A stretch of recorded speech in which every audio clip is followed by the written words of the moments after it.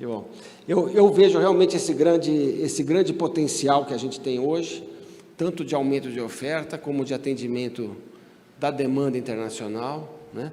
Eu acho que uma das áreas, se eu fosse olhar 10 anos para frente, hoje nós estamos no mundo da proteína, e entramos no coração do que é proteína. Vamos lembrar que o Brasil, até os anos 70 da década passada, o Brasil era basicamente produtos tropicais, né? A nossa força, desde que os portugueses chegaram ao Brasil, estava na cana-de-açúcar, no cacau, no café, na borracha, né? Esses eram os produtos líderes da nossa pauta. O café é responsável pela construção de São Paulo, do Paraná, né? Que esses estados todos nasceram em cima do café. Nós entramos no centro da alimentação, principalmente nas proteínas, a partir dos anos 70, né? Com essas tecnologias todas que eu mencionei aqui para vocês, desde o plantio direto até a integração lavoura-pecuária. Eu diria que no futuro a irrigação, né? A irrigação, nós ainda irrigamos pouquíssimo, né? A China irriga 70 milhões de hectares, né? De 120 que ela produz. O Brasil produz em 80 milhões de hectares e irriga 8, né?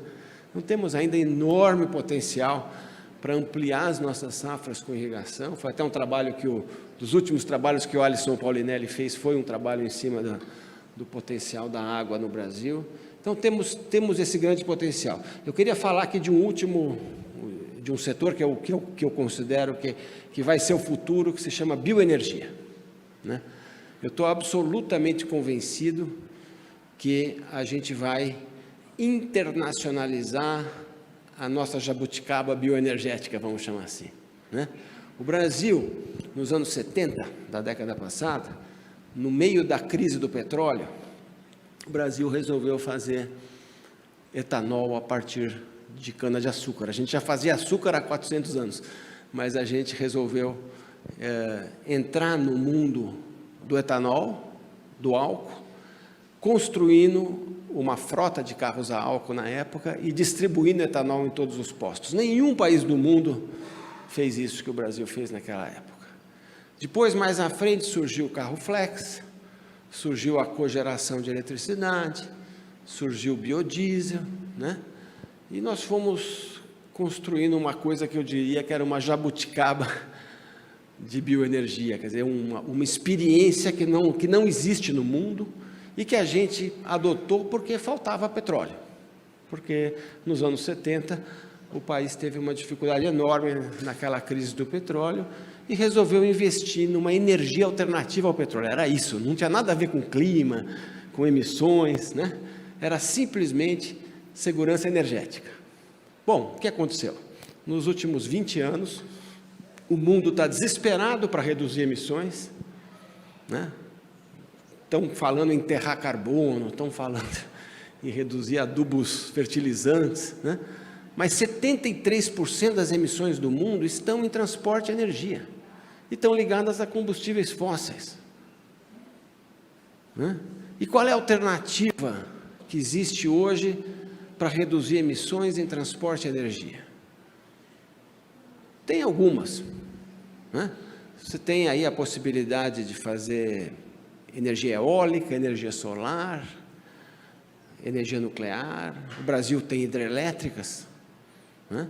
Que são alternativas verdes, mas o Brasil tem bioenergia, mais que qualquer outro país. A nossa matriz energética hoje é quase 50% limpa, em grande parte por causa da bioenergia, da energia que vem da fotossíntese, que é o que nós mais temos nesse Brasil. O que nós temos nesse país não são plantas, mas nós temos mais capacidade de fazer plantas, quaisquer que sejam elas, por causa da quantidade de sol, né?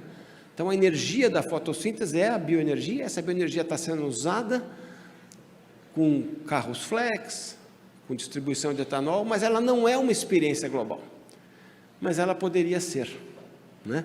E agora, nesse momento, estão se abrindo avenidas como a gente nunca imaginava. Eu fui durante 5 anos presidente da União da Indústria da Cana-de-Açúcar, né?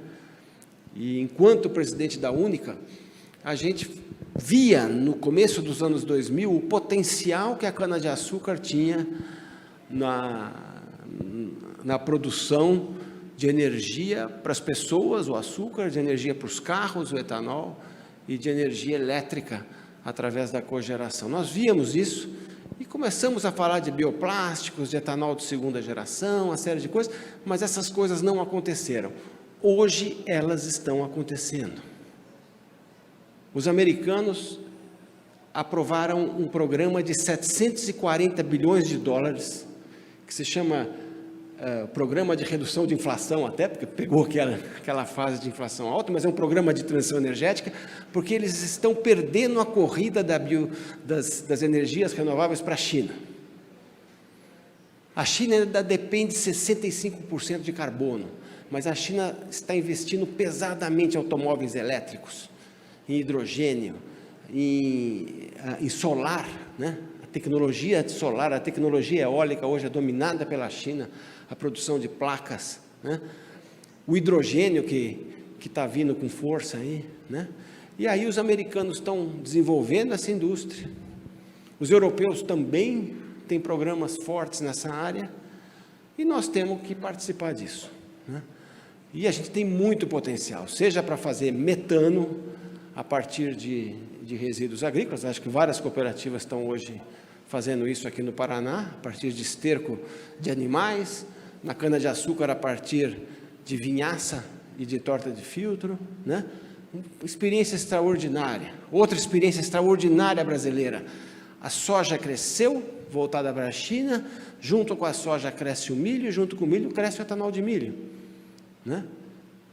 Nós, há 15 anos atrás, nós não imaginávamos o Brasil como exportador, grande produtor, exportador de etanol de milho, 20 anos atrás. Hoje o Brasil já é isso, né? Então nós temos um potencial enorme no mundo da proteína e temos um potencial enorme no mundo da bioenergia, mas ninguém vai nos entregar isso de graça. Nós temos que ir lá brigar para que a bioenergia seja reconhecida como uma alternativa fantástica da transição energética global, porque as acusações estão aí, né? Os países lá fora falam, não, bioenergia, você vai tirar o alimento para fazer energia? Tem um enorme debate lá fora, dizendo, não pode, né? Tem que priorizar alimento, mas dá para fazer alimento e energia, né? A conversa não é alimento ou energia, é alimento, né, e energia juntos, como é o etanol, que você faz milho e você tem o DDG e tem lá os subprodutos, né? Então, grande potencial nisso, né? Acusações sobre a questão lá do desmatamento, não, lá no Brasil, se você expande a agricultura, causa lá o desmatamento. Ora, está certo, nós temos que reduzir o desmatamento ilegal aqui no Brasil, mas o grosso da agricultura não está ligada com desmatamento, está ligada com produtividade, com segunda safra, com terceira safra, né? Então a gente tem que participar desse jogo. Eu acho que são talvez os dois tabuleiros mais importantes do Brasil hoje. O primeiro é a segurança alimentar global, que eu já falei, e que o Brasil hoje é um player importantíssimo, e o segundo é a segurança energética e clima, que abre oportunidades extraordinárias, né? O agro tem tudo para fazer isso. Eu acho que o Léo colocou aqui um tema muito importante. Uma das coisas que a gente tem que trabalhar no agro melhor é imagem e comunicação, né? Eu acabei de falar para vocês coisas que eu acho que 95% dos brasileiros não sabem, não conhecem, não tem ideia dessa progressão extraordinária do agronegócio brasileiro. A gente tem dificuldade para se comunicar com as cidades, com as populações urbanas, lembrando que o Brasil hoje é 90% urbano e 10% rural. Então, nós temos que conversar com as cidades, com as populações jovens urbanas, nas escolas, onde surgem tantas distorções sobre o agro, né? E temos que nos comunicar lá fora. Talvez nenhum setor tenha que falar com o mundo mais do que o agronegócio brasileiro. E a nossa comunicação tem sido falha. Eu fiquei 5 anos na Ásia. Eu vivi em Singapura, mas eu cobria 12 países, né?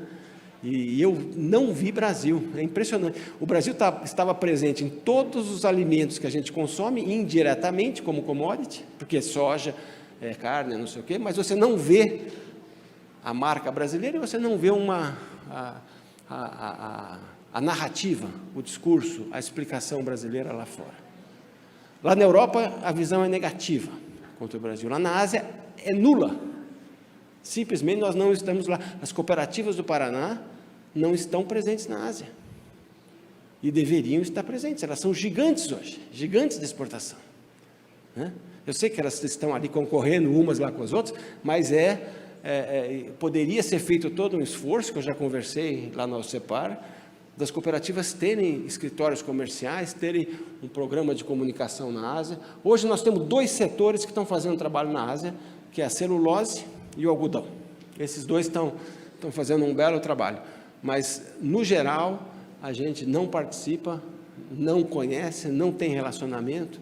A gente vende o produto aqui no porto, volumes enormes de produtos, mais de 200 milhões de toneladas de cargas agrícolas brasileiras saem do país todos os anos, mas a gente não sabe o que acontece lá na ponta. E os nossos concorrentes, frequentemente, estão falando mal da gente, né? Porque se é que é uma coisa que o agro brasileiro desperta, é inveja, né? Você vai lá com os americanos, eu vivi anos lá nos Estados Unidos, os americanos não acreditam nesse potencial brasileiro hoje, quando vê segunda safra, integração lavoura-pecuária, eles nunca vão conseguir fazer o que a gente faz.